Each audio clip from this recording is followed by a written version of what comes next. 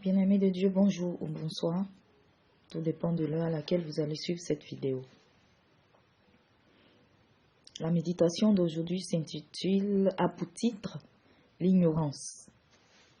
Nous allons commencer par lire le texte de Osée 4, verset 6. Un texte qui illustre bien le titre de cette méditation. Mon peuple est détruit parce qu'il lui manque la connaissance. Puisque tu as rejeté la connaissance, je te rejetterai, et tu seras dépouillé de mon sacerdoce. Puisque tu as oublié la loi de ton Dieu, j'oublierai aussi tes enfants. Voilà, donc voici le texte de Osée 4, verset 6 que la plupart d'entre nous connaissons.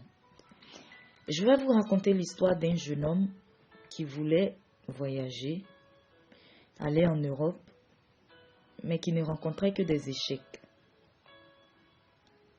À un moment, il a opté pour la prière. Et là, il voit un jour, pendant qu'il est en pleine prière, en pleine méditation, une sorte de nuage qui couvrait son village. C'est là qu'il a eu la révélation qu'au temps de l'esclavage, une autorité de ce village avait signé un pacte avec une divinité pour ne pas que les descendants de ce village aillent au pays des Blancs. Et donc lui, qui étant né plusieurs années plus tard et ne sachant pas ce pacte, bien évidemment, il cherchait aussi à voyager. Et il ne savait pas qu'il y avait une loi qui le lui interdisait. Donc, c'est ainsi qu'il a pu briser cette interdiction sur sa vie et il a pu rendre son voyage possible. S'il aurait su dès le départ, il n'aurait pas perdu en temps et en argent. Donc, voici un peu les conséquences que nous pouvons voir de l'ignorance. Et elles peuvent même être plus graves encore que le cas de ce jeune homme. Nous avons des femmes, des hommes qui n'arrivent pas à se marier ou qui ont perdu leur foyer, leur travail et autres par ignorance, pensant que c'était leur décision personnelle, alors qu'en fait, c'est une malédiction ou une loi familiale ou une loi territoriale qui agit dans leur vie. Il y a certains même aussi qui ont perdu la vie, les moins chanceux.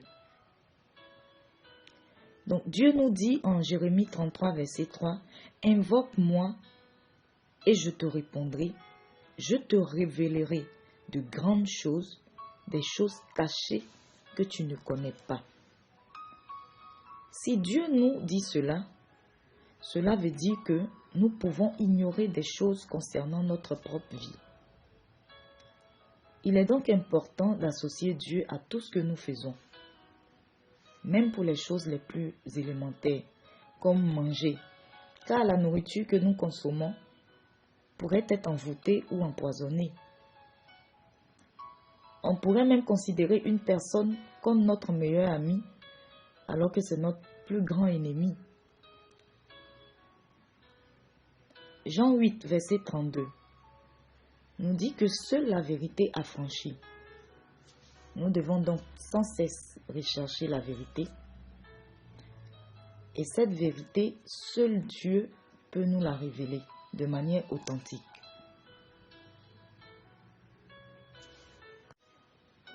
Car il est écrit en Psaume 127, verset 1, « Si l'Éternel ne bâtit la maison, ceux qui bâtissent travaillent en vain. Si l'Éternel ne garde la ville, celui qui la garde veille en vain. » Il ne s'agit pas ici forcément de la maison ou la ville physique, mais aussi de tout domaine ou tout aspect de notre vie. Nous devons donc faire de Dieu la base de notre vie, car sans lui,